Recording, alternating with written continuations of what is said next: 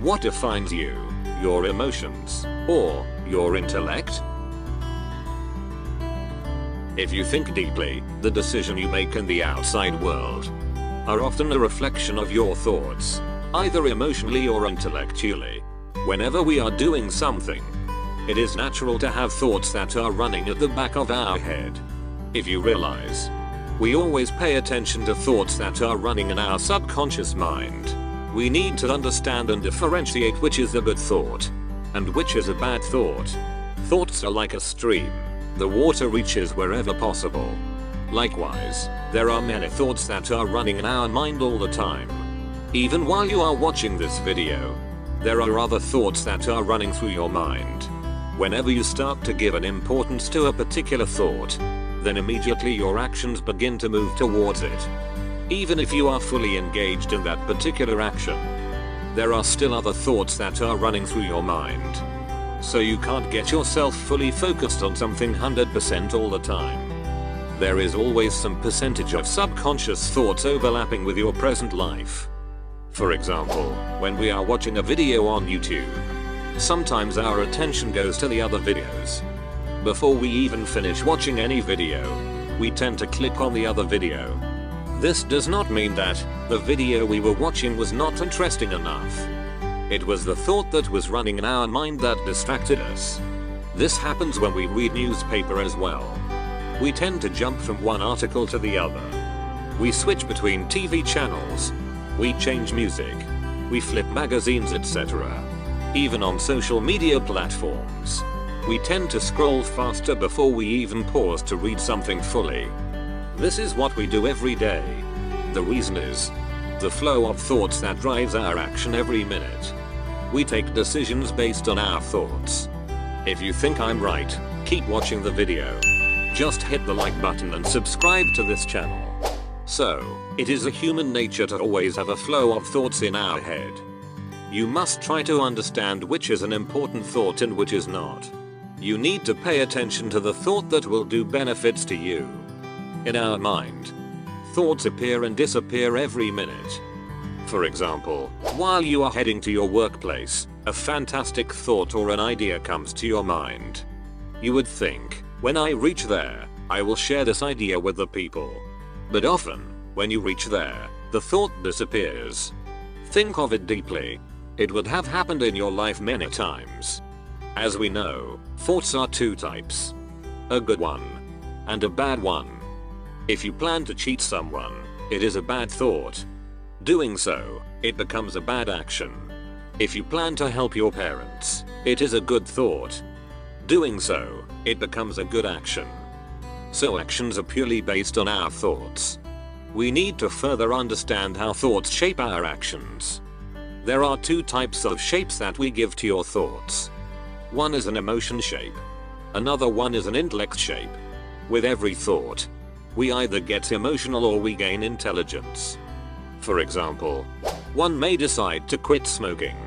He may even begin to strictly follow it. But, at some point of time, under some circumstances, he may think to smoke just one cigarette. If he chooses to smoke, it means that he has given an emotional shape to his thought.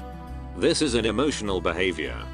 But if he chooses not to smoke by realizing the effects of smoking, it means he has given an intellect shape to his thought. He chose to listen to the knowledge. Also, as well all know, there are bad emotions and good emotions. For example, anger, worrying, frustration, jealousy are all bad emotions. Love, compassion, kindness are all good emotions. If any worrying thought comes into your mind, and you start to worry, your thought takes bad emotional shape. If any kind thought comes into your mind, your thought takes good emotional shape. So you are the one who express the good emotion or the bad emotion. We need to realize that emotions are fully under our control. Another example, a student who failed in his exam, or someone who lost his job. Thoughts about these incidents are continue to flow at the back of his head. He has to decide whether he should be thinking about this and keep worrying. Worrying is a very bad emotion. If he chooses to be thinking about the incident, it is his bad emotional choice. Whereas, if he chooses to get over it and think about what's next, this means his intellect grew. Intellect will never come under our control. We will be in its control all the time. Whereas, all emotions are always under our control. There are some people who enjoys being sad. They feel happy telling others that their problem is bigger than others. Listening halfway the story, they interrupt and say, "I have faced more difficulties than you do now." But if you ask them, "Do you really want a big problem than others?" the answer would be no. Understand your thought before you give a shape. If you intensify any particular thought and start to behave emotionally, emotions will overwhelm you. You need to understand how to hook a good thought from all of the other thoughts. When to give your thoughts an emotional shape, when to give an intellect shape, depends upon various circumstances. There comes a situation that conflicts. Should we approach intellectually, or should we approach emotionally? In such situation, it is often best to make a decision based on intellect. But our intention often goes to making an emotional decision.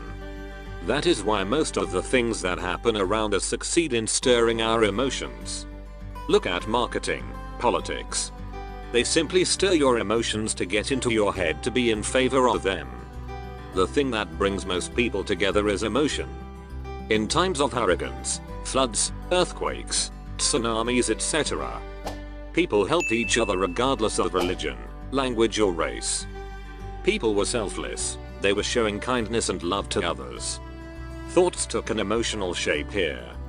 Similarly, a child, for being pretty, cannot score extra marks in the examination. Teacher gives score simply based on how the child wrote the exam. Thoughts take intellect shape here. Intellect makes us to listen to it. Intellectual thoughts can do constructive things.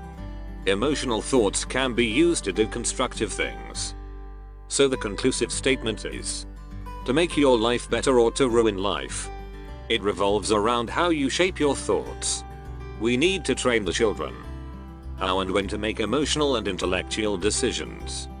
This could help them become a responsible person in the society. Always keep in mind, intellect will never come under our control, whereas emotions are fully under our control. So, our actions are purely based on our thoughts. Let us rise by thoughts, rise actions. Hope you like this video, share this with someone who you think this could be helpful. Thank you for watching. Please subscribe Moodtivate for more videos. Enjoy.